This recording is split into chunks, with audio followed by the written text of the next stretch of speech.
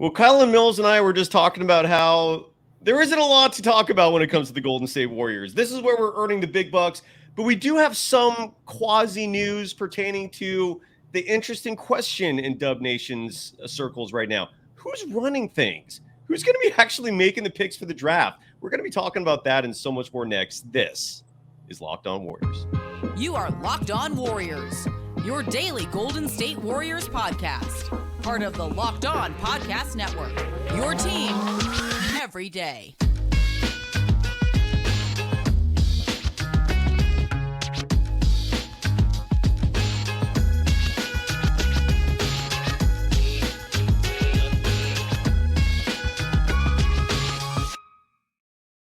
Thank you for making Locked On Warriors your first listen every day. We're free and available wherever you get podcasts and on YouTube, where all our live shows are. Part of the Locked On Podcast Network. Today's episode is brought to you. Is it brought to you by someone? It is Birddog.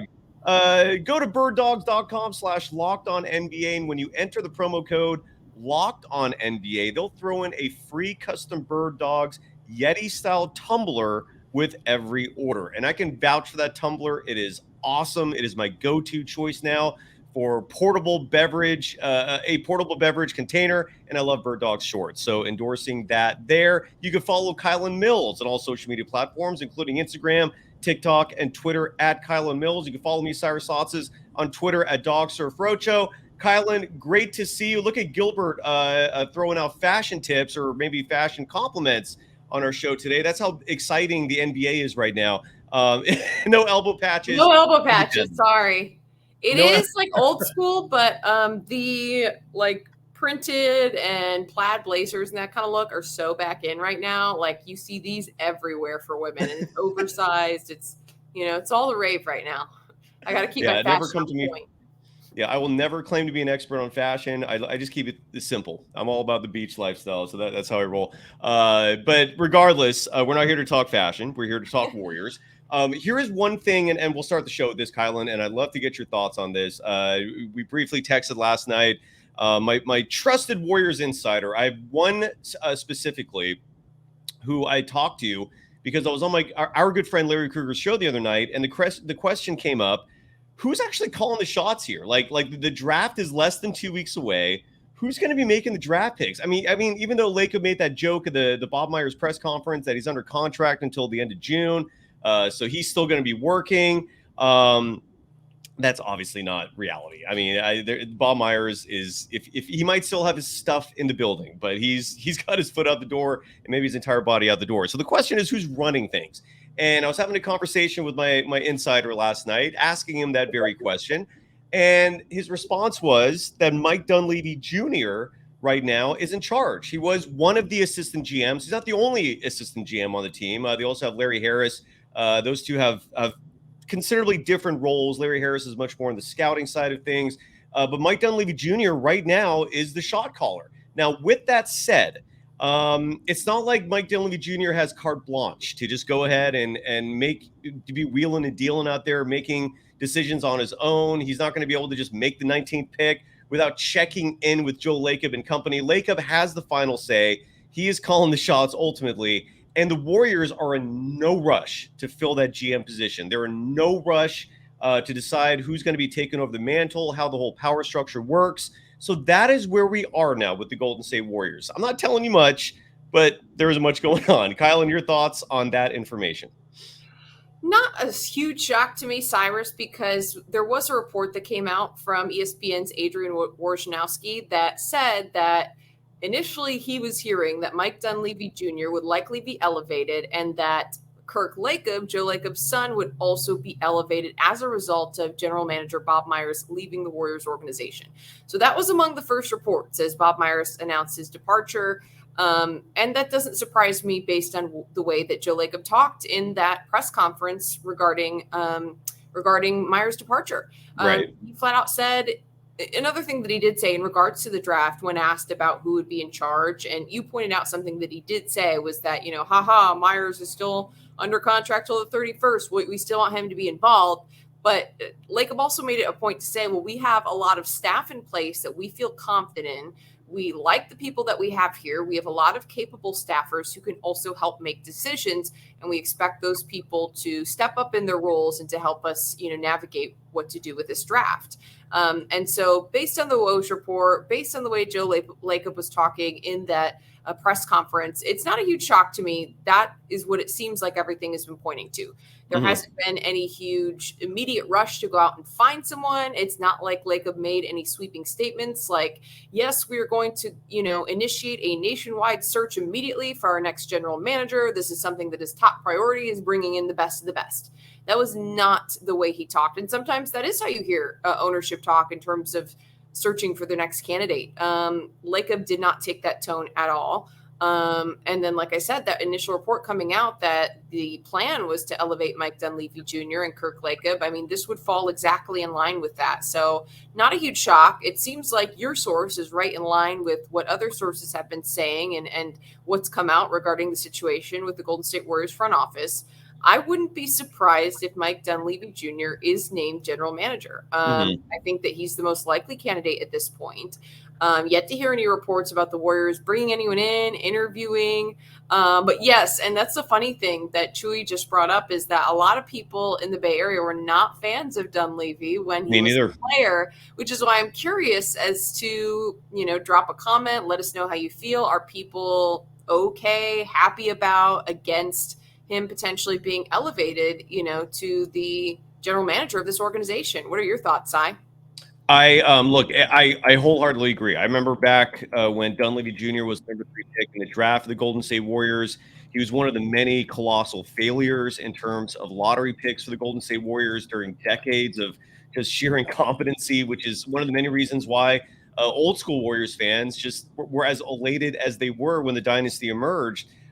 We never thought we'd see anything like that. And Dunleavy Jr. as a player was very symbolic of those dark times. Again, he was picked 3rd, which is very high, did not live up to it. I know he had a great career at Duke, but as an NBA player, it was night and day. So I remember back when he was first announced as the assistant GM, I was thinking to myself, oh my God, like really? He's back? Like he was one of those players like we just were hoping was in the rearview mirror of our memories, part of the distant past. And now Bob Myers is selecting him. But at the same time, I don't think anyone can fairly judge Mike Dunleavy Jr., right? As a GM, as a personnel individual, just because we don't know. We have no information. We have no idea how good he is. I mean, only the people in that building and really more specifically Bob Myers would have any clue.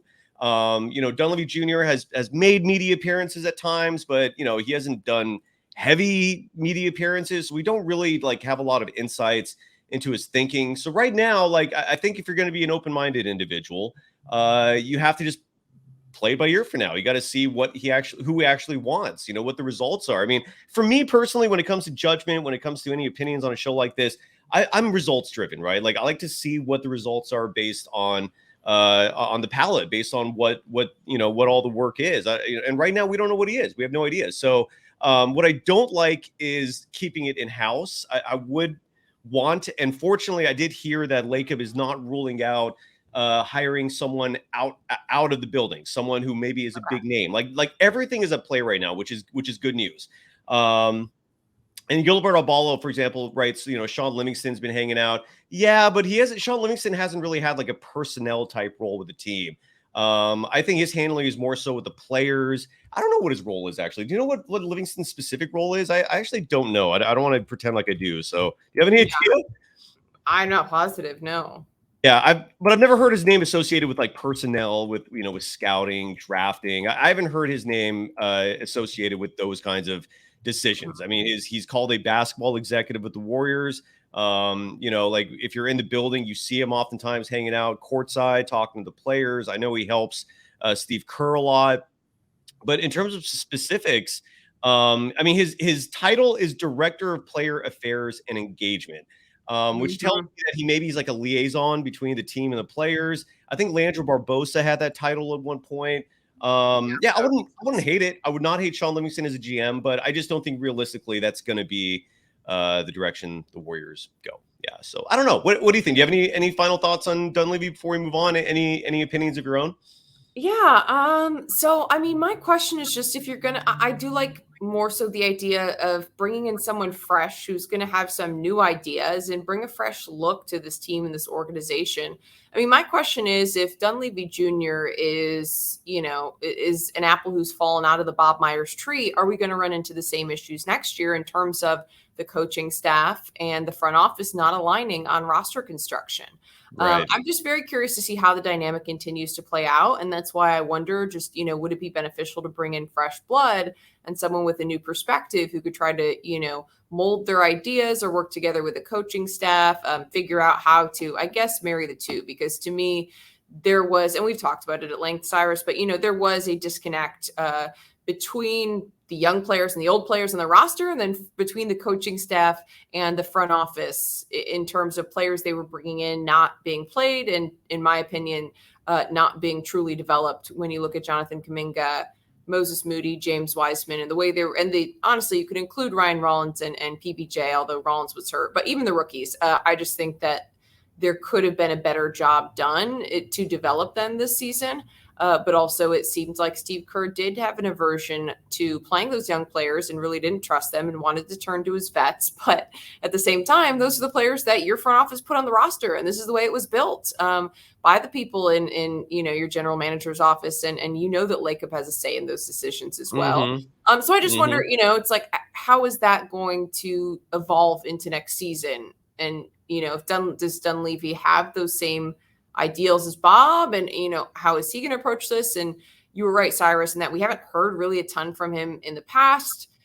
Currently, just at all, really, in terms of his front office role, he hasn't done a lot of media, Right. and so that's why these are all questions that remain to be answered. But I'd just be curious if he wants to bring in young players and bring in the future, just like Bob did, but then they aren't being played by the coaching staff. Where does that leave us a year from now? Is this front office going to pivot and try to bring in a veteran, as we've talked about some possible trade scenarios, Cyrus? So I'd be very curious to see, what he says in terms of his philosophy, if it's going to be similar to Bob's, or exactly what direction he sees this roster going next season. So those are the things that I want to know before making a judgment call, because I agree that I don't know that it's necessarily fair to judge Mike Dunleavy Jr.'s abilities in the front office and his scouting and a personnel manner, just because I know a lot of people didn't love him as a player. And I was going to ask Cy, before we do move on, just Dunleavy Jr. never did anything as a player. Like, that's one thing that I keep asking Warriors fans, like, well, no, it wasn't really him. It was more just like the symbol of the times and like the struggles the Warriors were having, like the fact that he was such a big disappointment for a 3 overall pick, but like there wasn't anything he did per se where like he's not like a good person or right. could, be capable in this type of role. And obviously to get even to that level and be a number 3 pick and to play even in the NBA at all, you have to know basketball very well. So, I think that I agree with you in terms of giving him a fair shot, but I also could see an advantage, from bringing in someone new. Yeah, no, I totally hear you. And I agree. And when we come back, I'm going to give you a prediction for what I think is going to happen. And I don't think it's going to be an answer people are going to like. And if I'm wrong, great, because I don't want my prediction to come true. But I something tells me the direction I'm going to reveal when we come back is what's going to happen.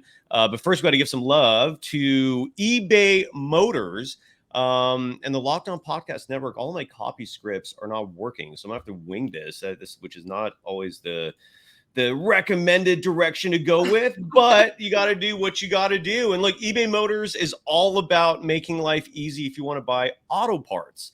They got into the game and they've got an incredible system where all you do is enter your car, your specific model, maybe a VIN even. So it's the exact model is figured out.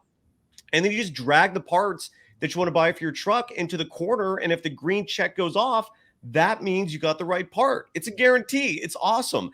And obviously they have incredibly low prices. So go check them out. eBay Motors, the right parts, the right fit, the right prices, guaranteed. You are Locked On Warriors, your daily Golden State Warriors podcast. Part of the Locked On Podcast Network, your team every day. I thank you for making Locked On Warriors your first listen every day. For the everydayers, over the weekend, I might host a segment with Janelle Moore Haven't had her on the show in a little while. And then Kylen and I will be back at it next week. But follow us on Twitter at Locked On Dubs. It's where we announce our show times, guests, etc. Follow Kylen Mills on all social media platforms, including Twitter, TikTok, and Instagram at Kylen Mills.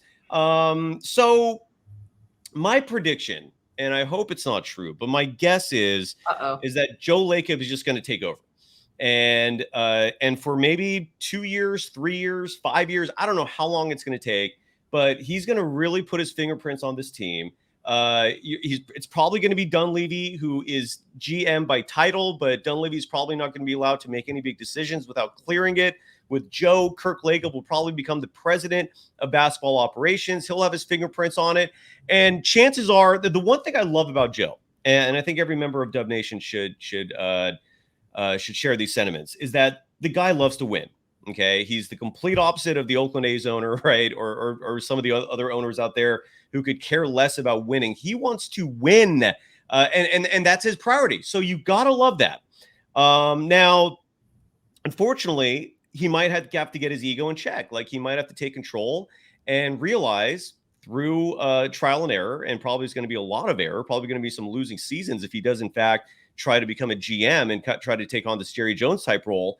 They're probably going to learn, okay, I should not be doing this on my own. I should have a trusted basketball person who knows what they're doing in charge.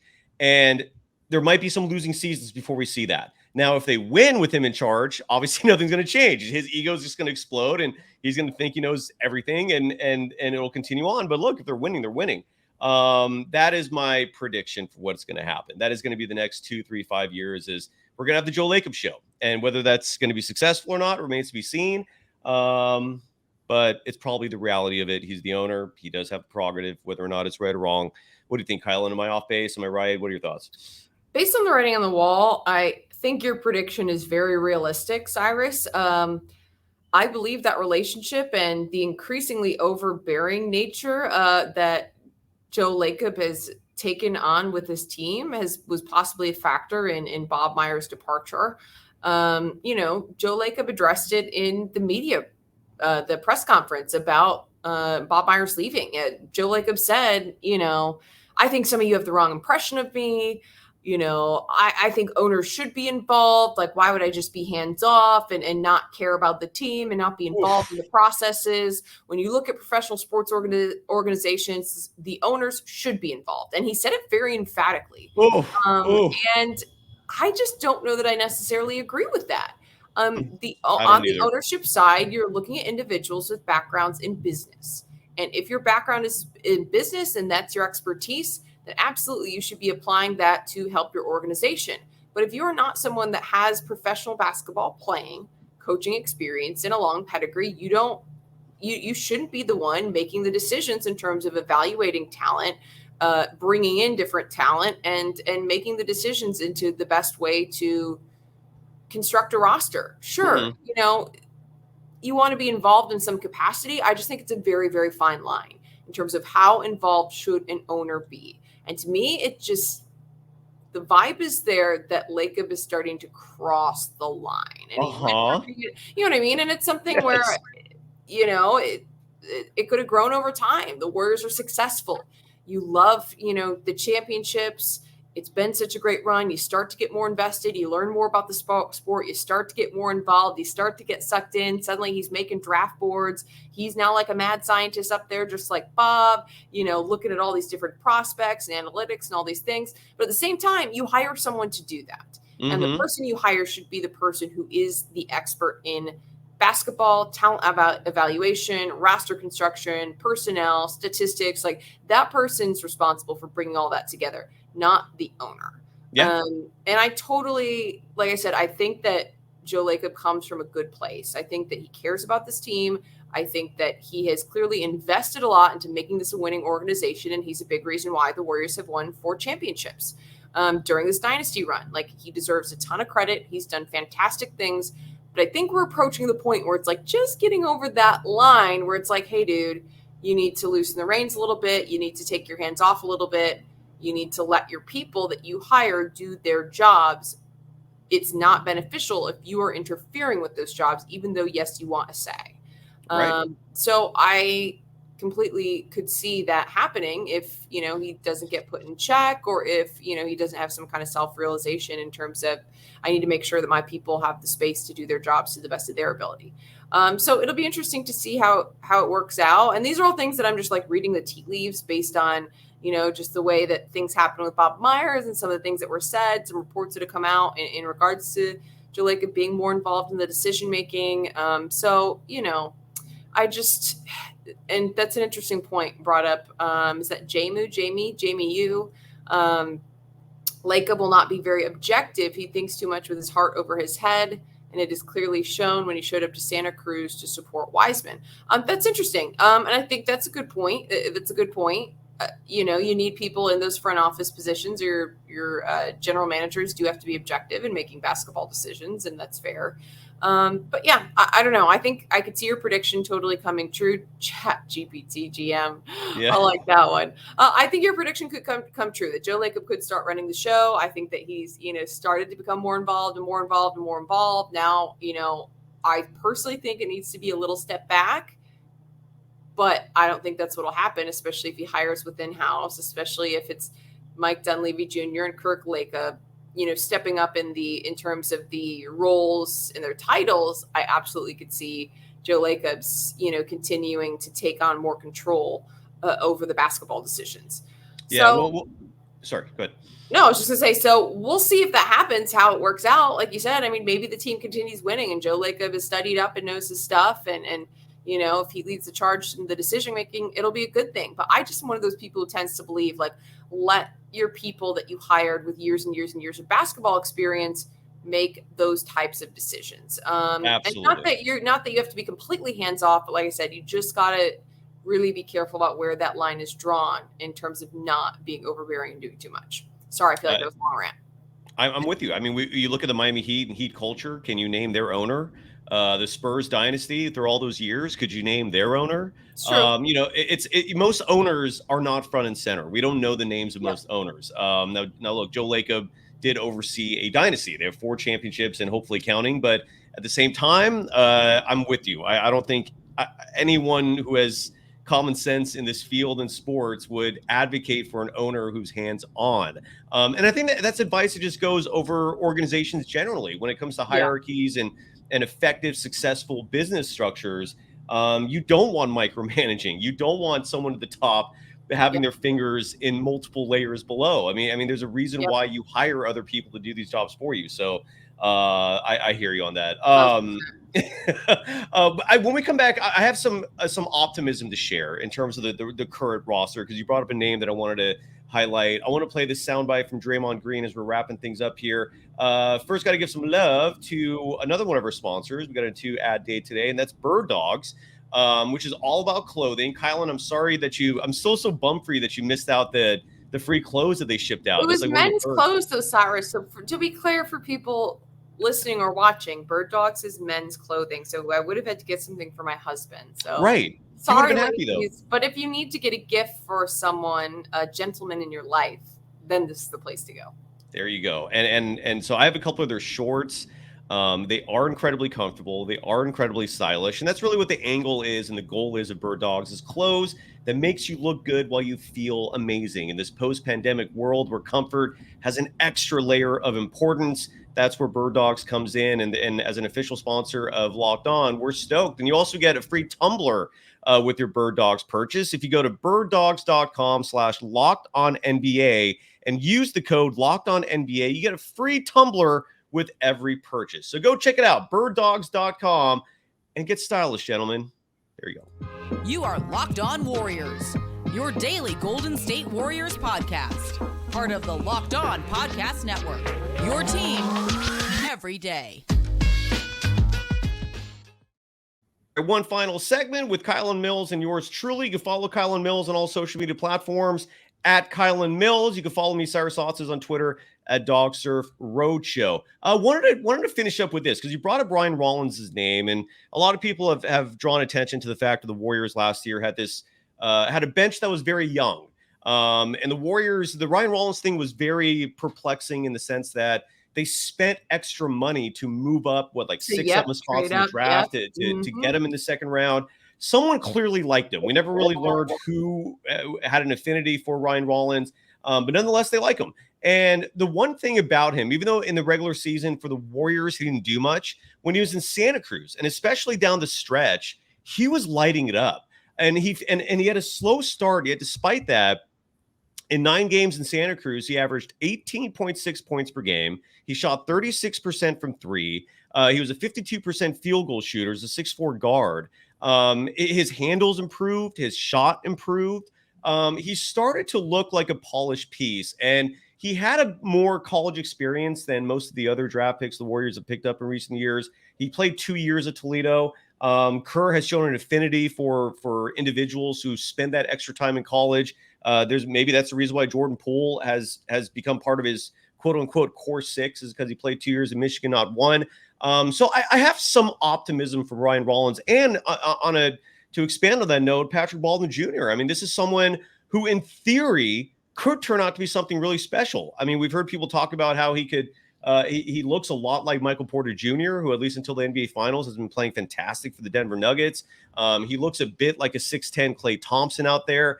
So there is in a weird world this place where the Warriors, like a year or two from now, maybe as early as next year, suddenly are kicking ass. And a big reason for that is because you have these pieces that we kind of just glossed over, or that we kind of like, we're not highlighting those picks, and for good reason. They didn't show much in their rookie years, but they can still turn out into something. So there is a reason to be optimistic there. In addition to, I don't know if you've been watching Jonathan Kuminga offseason workout reels. He's been looking damn good. Have you seen those, by the way? Yeah, I have. He looks good. I want to finish the show. CP3, I do not envision him coming to the Warriors, Red Soul, so don't worry about that. So I want to finish the show on this. Dub Nation would lose their minds if that happened. Sorry, I just have to laugh. No, go ahead. Dude, Warriors fans would lose their minds. I don't think there's any chance CP3 would come to the Warriors. Absolutely. And Draymond Green still has his podcast, and he's one of the players that I'm very fascinated in terms of what's going to happen. I mean, the ball is in his court, whether he's going to exercise that player option. If he does, he's as good as back. If he doesn't, still could be back, depending on if the Warriors offer him a deal that he likes, but he could leave. I mean, it's crazy. We have no idea what's going to happen with Draymond Green, but regardless, he has a podcast. And he was talking about his longtime teammate, the legend himself, Stephen Curry, and more specifically, what drives Steph crazy? Because I haven't really heard anyone get into details on that. Like, what drives Steph insane? So here is Draymond Green as we wrap up the show. Steph Curry, he made me aware of this through the years. It's guys holding on to the ball at the end of a quarter, so they don't lessen their shooting percentage. And I saw a couple guys do that yesterday. This is the NBA playoffs, man. It's the NBA Finals. Who cares if your shooting percentage drop a little bit? That very thing drives Steph Curry nuts. Steph going to get very upset if you're just holding the ball and not shooting. Quite frankly, Steph is the best shooter we've ever seen, the greatest shooter we've ever seen. So his numbers are going to even out anyway, and he's going to get the attempts to even out. When you don't quite get the attempts, it's a tough thing. Jordan Poole actually helped us win the NBA championship. I hit him 2 shots last year before the buzzer. One of them came across, he cross right in front of half-court line. He shoot it, and he make it. Another one, he banked, and he was going up the left side of the court. Shots were so important because one of them that he made gave us the lead going into the fourth quarter. If they go in tied up or with the lead, they're feeling good going into that fourth quarter. But when you go on a run like they went on in that third quarter, to have to claw and fight your way back into the game, and then you look up, and even if it's 1 point or 2 points, you look up and you down, it's just a gut punch. I'm glad he talked about that. I don't know, Kylen, if you ever noticed that watching games as well, that a lot of players care about their field goal percentage to the point where they literally will not take a shot at the buzzer that might be like a 50-footer or something for that reason. And that drives Stephen Curry crazy. So any last notes, Kylen, as we wrap things up? Yeah, I think that's interesting, but that's why I love Steph, because Steph does not care about any single stat, about hitting any single shot. He doesn't care about his own percentage. He will fire up the shot if he thinks the team's going to win, and that's what makes him awesome. But there are a lot of players that do care about these kinds of things. I think it's going to be very interesting. We're going to have to do one of our shows next week about the draft. We got to do that on Monday or something. Just looking back, I saw something that was posted today about the draft picks, the last like first round draft picks, and just like a look back the last several years.